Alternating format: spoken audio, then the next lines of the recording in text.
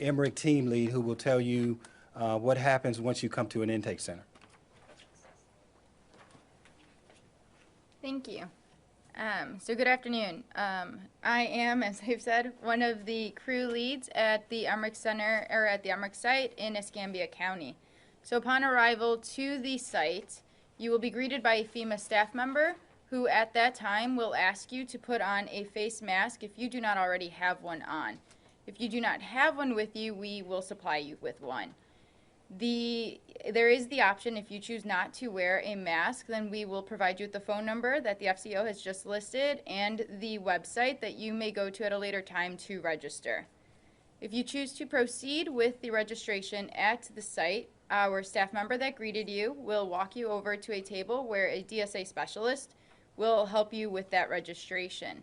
Some of the information that the DSA specialist will ask you for while completing your registration includes your social security number, the social security numbers of those within your household, your gross annual income, the address and phone number to the damaged home, and if you have homeowners insurance or flood insurance, they would need the name of the company your policy is held with. A few other COVID-19 precautions that we are taking at the Emmerich sites include having hand sanitizer at every seat available. They also include wiping down the tables and the chairs after every resident. We have plexiglass at the center of each table to separate the specialist from the resident applying for federal assistance. We also will be maintaining that 6-foot distance between the specialist as they're taking that registration. In addition to that, the FEMA staff will be wearing face masks as well as face shields while they are working with the resident. I will now turn it back over to the FCO to talk about the process after registration. Thank you. Thank you, Alexis. So it is going to look a little different this time. Due to the COVID-19 situation, we are not going to have a lot of folks going door to door like we normally do. And as Alexis just described, we're going to have the mobile intake centers. So, and I just described where the locations are. So it is going to look a little different, but we are going to provide full support just like we normally do.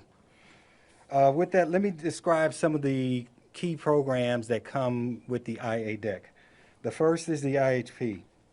And with IHP, it comes with rental assistance.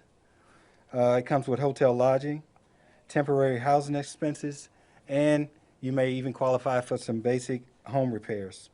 The other program within IHP or within the IDEC is the other needs assistance.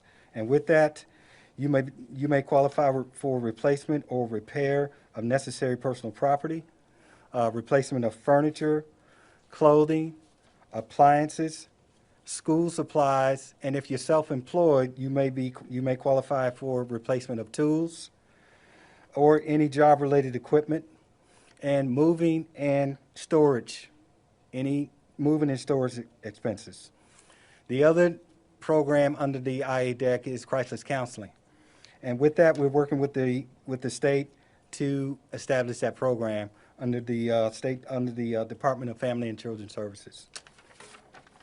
Okay, now what happens after you register? So what happens is within 10 days, you will get a phone call from an inspector, okay? The inspector is going to ask you a bunch of questions about how your home was damaged.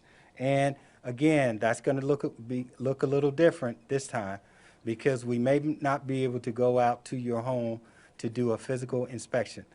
The site inspector will make a determination on your damages and if they can come and look at your home. And if they can, then they will. Within those 10 days, you will get a determination memo. Within 10 days after the inspector talks to you, you will get a decision letter. And that decision letter will tell you the award amount, or it will give you some other options to go and apply for other services. So that is what will happen after you first register with FEMA. Okay, and with that, I'll turn it back over to Ms. Gilley. And I think one of the things that we discussed would be under unmet needs. If you had issues related to your deductible for your insurance, you may also qualify for support with that. I know that we've had a lot of questions from residents regarding deductibles. I did neglect to mention that Allison McCleary is also a resident of Escambia County, so we're very fortunate to have her be able to be assigned to us as a resident, so she knows the area very well already. Debris removal, I will just continue to mention this every time we talk. We know that there's a lot of debris out there. I think we mentioned to you all that it's about 2.5 million cubic yards. And so we've already moved over 600,000 cubic yards. So you can see that we do still have a substantial amount of debris left to remove. That we do have several residential sites for you to be able to drop off the vegetation. You have Lexington Terrace, Bars Field, Brent Ballpark, the Equestrian Center. We have Park East on Pensacola Beach, John R. Jones, and the Oak Grove landfill. I would also like to continue to remind you that we are under a burn ban, so please do not be burning debris. And volunteers, I want to mention this as well. We've had a lot of groups that have come into our community. We're going on the 3rd week, and so they have been very, very dedicated. They've taken thousands of requests for assistance. If you are able to volunteer, if you are able to help your neighbors or help those from your church, your other organizations, please do that.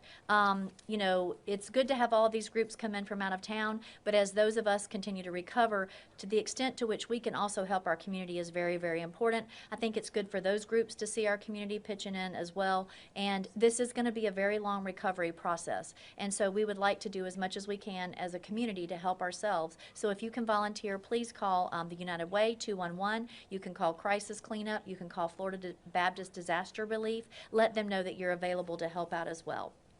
We've already mentioned 211.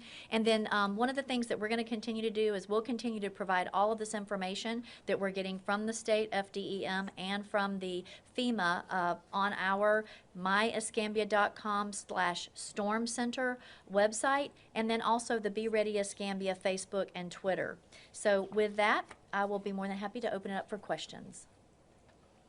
Annie Blanks, Pensacola News Journal. This is probably a question for Mr. Coleman. You were walking through the steps of the FEMA process. I'm sorry, can you hear me okay? Yes.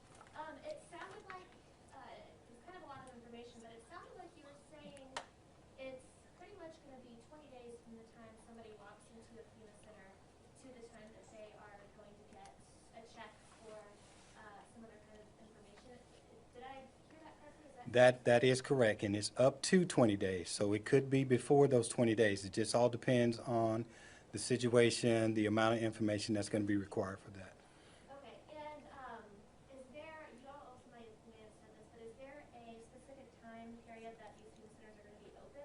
When is it? Yes, the FEMA centers are going to be open from 9 a.m. to 6 p.m. I mean, date-wise, are they going to be open for the next few weeks or months? We will make that determination with the state based on how long we are going to stay at those sites, but we're going to be here until we finish. But we'll make that determination along with working with our partners from the state. Okay, and then my last question is, do you have any idea why it took so long for FEMA to declare IA for Escambia, Tennessee counties, and Alabama got it so quickly? I cannot do that comparison. I can only tell you that, again, in working with the counties and with FDM, our partners, we did lean forward, and we did some great, outstanding planning to make sure we were ready. I can tell you that the minute the IA deck was announced, I made a phone call to FDEM, and I also made a phone call to all of my players here on FEMA, at the FEMA staff, because we had all of our teams staged in Panama City, and with probably by noon that day of the announcement, we had the mobile registrations intake centers up and running. So it was fast. We were here. We were ready. We were just waiting on the word. Mm-hmm. Can you explain to the public why the process might take a little longer because of all the other things that are going on for you guys out there covering here, Texas, Louisiana, California, and everything else? And this is probably one of the main reasons why the process is going to be a little slower than usual. Yeah. The process now, are you talking the amount of people that we have on the ground and the process? Yeah. So yes, due to the coronavirus and the COVID-19 situation, we do have people spread out a little bit, and we do have some shortages in staff. But again, that's not going to delay any of our support to this community. We will do whatever it takes and work as long as we have to get it done. Okay. And I just want to say thank you again to the media that continues to help us provide this information to our citizens. It's extremely important, and the fact that you continue to show up and continue to provide this resource to our community is very, very important, and I appreciate it. Okay, thank y'all.